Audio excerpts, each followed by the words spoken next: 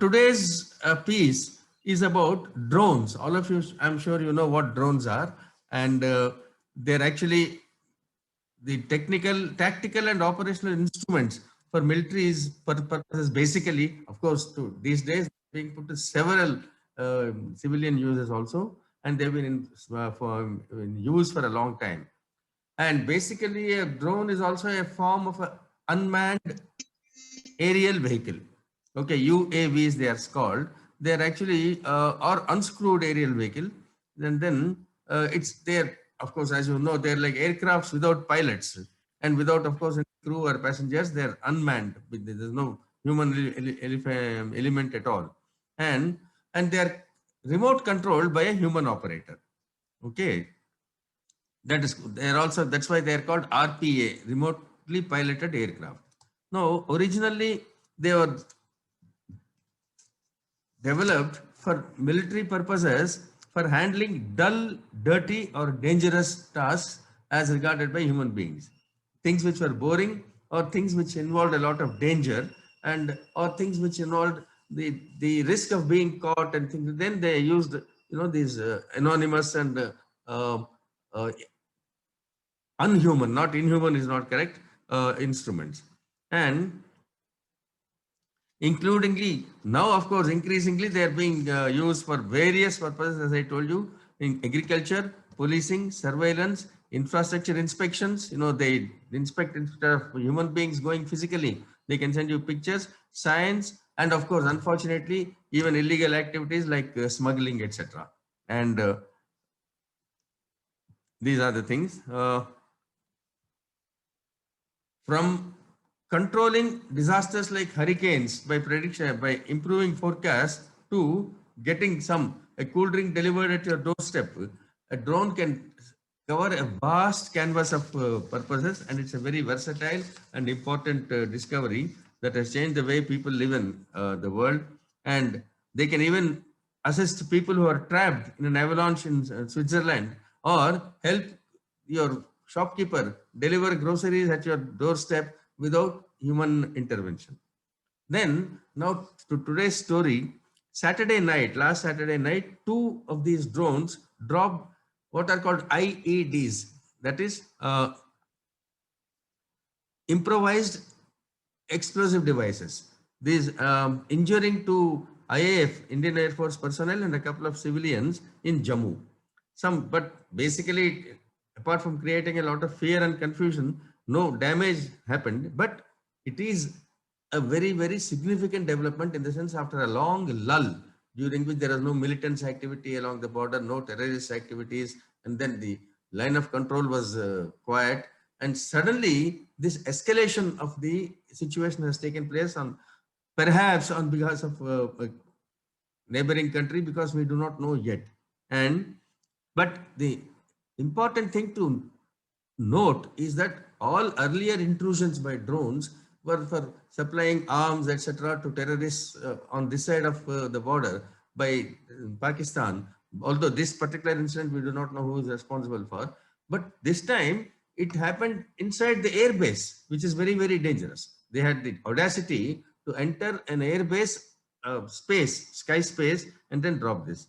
So it tests the ability of India to be militarily ready, and also our technology to match such a daring and significant attempt.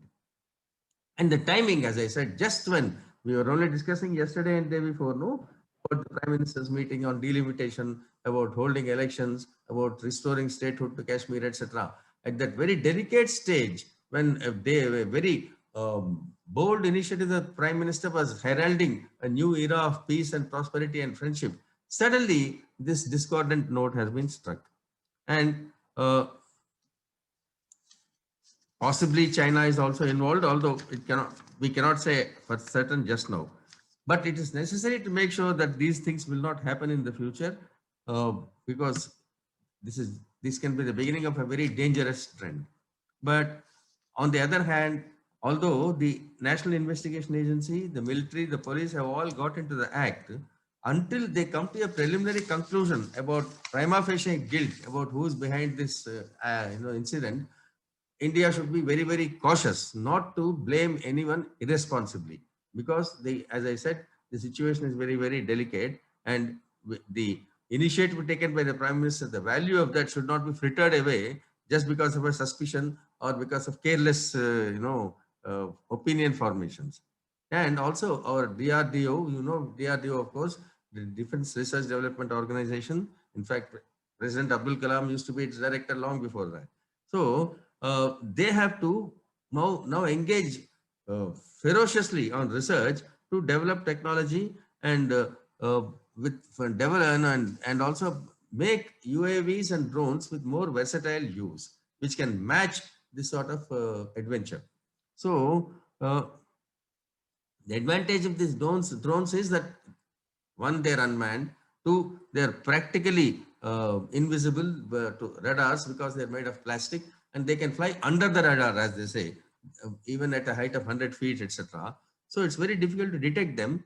And they also can carry payloads, as they say. Payloads means luggage, with of very small quantities, like even 1 kg, but of deadly explosives like RDX, which can cause extreme damage. So we have to develop technology of our own drones and UAVs, which can detect the possibility of such things coming from the other side well in advance, so that we can take anticipatory action and preemptive action.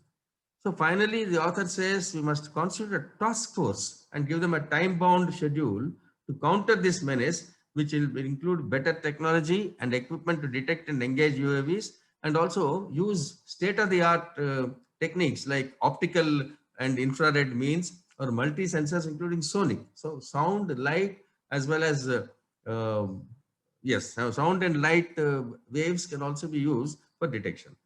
And uh, so far as India-Pakistan relations are concerned, the United Nations Secretary General Antonio Guterres has recently, not in connection with this incident, good officers to India and Pakistan to resolve their problems.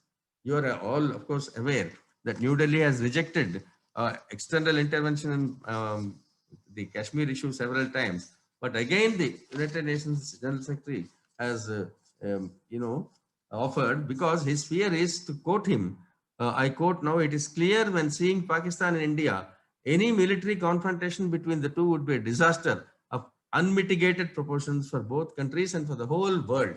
So we are on the brink of a worldwide disaster because of this sudden and unexpected event. So we have to be extremely cautious. One, to make sure that we guard our frontiers and secure the security of the country. On the other hand, not act hastily and unnecessarily precipitate matters without sufficient ground or cause. So that is my take so far as the article is concerned, by one Krishna Swami.